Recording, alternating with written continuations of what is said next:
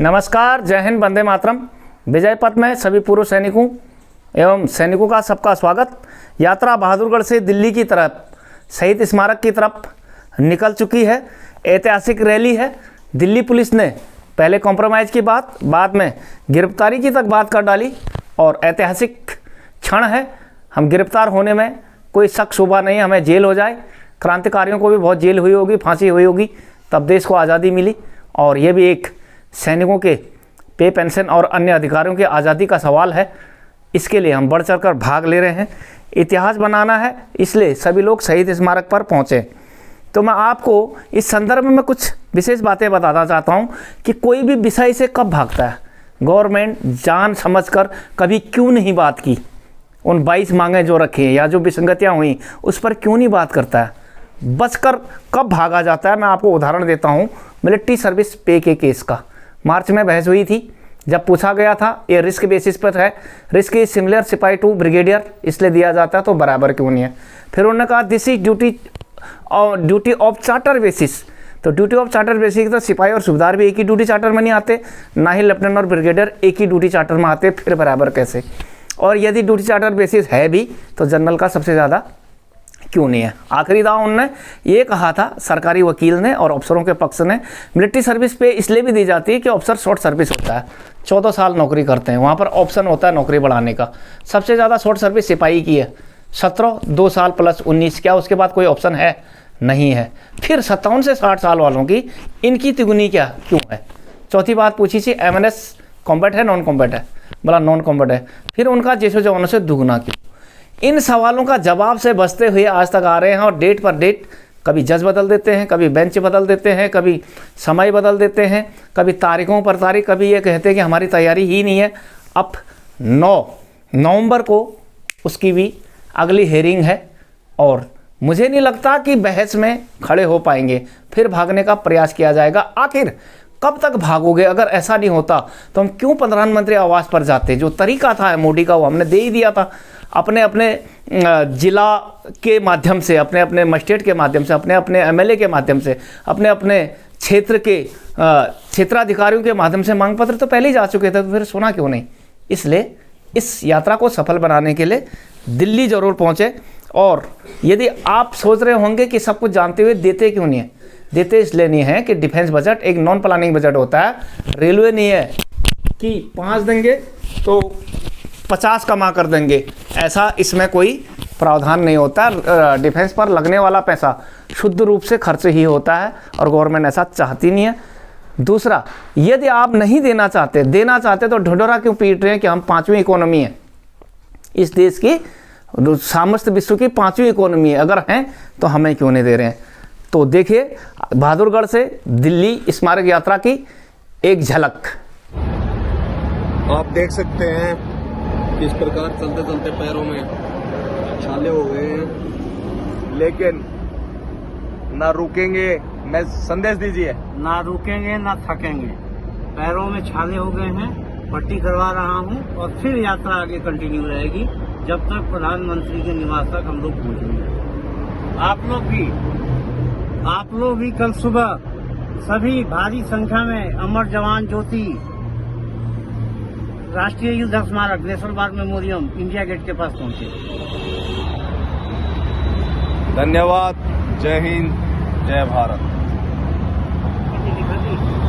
देख सकते हो किस प्रकार वेद साहब 75 साल की उम्र में लगातार सापला से लगातार पैदल चल रहे हैं। इनके हौसले को, इनके जज्बे को सलाम। और इस सरकार ने मजबूर कर दिया हमें पद यात्रा करने के लिए। मोदी जी, आपसे फिर निवेदन है, 5 मिनट बात सुन लो, मानना ना मानना तो बाद की बात है। आप कहीं और दिवाली मनाने जाओगे, अपनी फोटोज डालोगे, उसकी ऐड करोगे, पूरे देश का पुरुष सैनिक आ रहा है आपके घर पे, प्रधानमंत्री आवास पर, आपको मिठाई खिलाने के लिए। दिवाली का ही हफ्ता मिठाई खा लो, 5 मिनट हमारी बात सुन दो। आपको हमारे से परहेज है, गुरेज है, आप टाल कर दियो, हमने पानी भी पियान की। बात सुन लियो, बात सुनाना चाहते हैं। हमारे साथ विसंगतियां नहीं हुई तो वो बताओ कि विसंगतियां नहीं हुई, और विसंगतियां हुई है तो उनका समाधान करो। और सभी पुरुष सैनिकों से, सभी पुरुष सैनिक संगठनों से अनुरोध है कि कल 6 नवंबर को सुबह 10 बजे नेशनल वार मेमोरियल जरूर पहुंचे, एक दिन के लिए अपने सारे काम काज छोड़कर। और सभी भाइयों से एक अनुरोध और है कि इस वीडियो को सर्कुलेट जरूर करें, पूरे भारत में हर सैनिक के पास ये संदेश जरूर पहुंचे कि कल समय निकालकर किसी भी प्रकार से, बस से, ट्रेन से आप नेशनल वार मेमोरियल, आपका एक दिन का समय चाहिए। बहुत बड़ी बड़ी रैलियां कर ली, बहुत कॉल्स दे चुके हैं, प्रदर्शन अलग अलग तरीकों से कर चुके हैं, लेकिन इनके कान पर जू नहीं रेंग रही। तो कल संगठित होकर हम प्रधानमंत्री आवास जाएंगे। कृपया करके इसमें बढ़ चढ़कर भाग लें और इस पद यात्रा को सफल बनाएं। धन्यवाद। जय हिंद, जय भारत। तो इतिहास अपने आप को दोहराता है, यस दोहराता है। 1857 में मंगल पांडे ने क्रांति की थी। यदि क्रांति में सब साथ देते तो क्या आज़ादी में 90 साल लगते? 1931 में सरदार भगत सिंह, राजगुरु और सुखदेव को फांसी हो रही थी, तो क्या सबने साथ दिया? यदि दिया होता तो फिर उन्हें ना ही फांसी होती और देश जल्दी आज़ाद भी हो जाता। जो आज अपने को आज़ादी के प्रवर्तक बताते हैं कि हमने आज़ादी दी, उन लोगों ने खुद साथ नहीं दिया। 1943 में गोवा में जब झंडा फहरा दिया था सुभाष चंद्र बोस जी ने, तो क्या सबने साथ दिया? नहीं दिया। और यही इतिहास है, और इस कमजोरी को हमारी लीडरशिप, पॉलिटिक्स सब जानते हैं, जिसकी वजह से हम पर राज करते हैं। अंत में उत्तराखंड का निवासी होने के नाते आपको मैं एक ताज़ा ही उदाहरण देता हूं। सन 2000 का, जब शहादत हुई, क्रांतिकारियों ने शहादत दी, जाने दी, और उनकी शहादत के कारण उत्तराखंड अलग हुआ। चाह नहीं रही थी गवर्नमेंट उस टाइम, और उत्तराखंड अलग हुआ तो क्या उन लोगों का उत्तराखंड के राज शासन में कोई MP MLA है?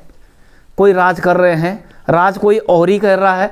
नरेंद्र सिंह के, नेगी जी के गानों में सुना नहीं कि कौन विरोधी थे और कौन राज कर रहे हैं?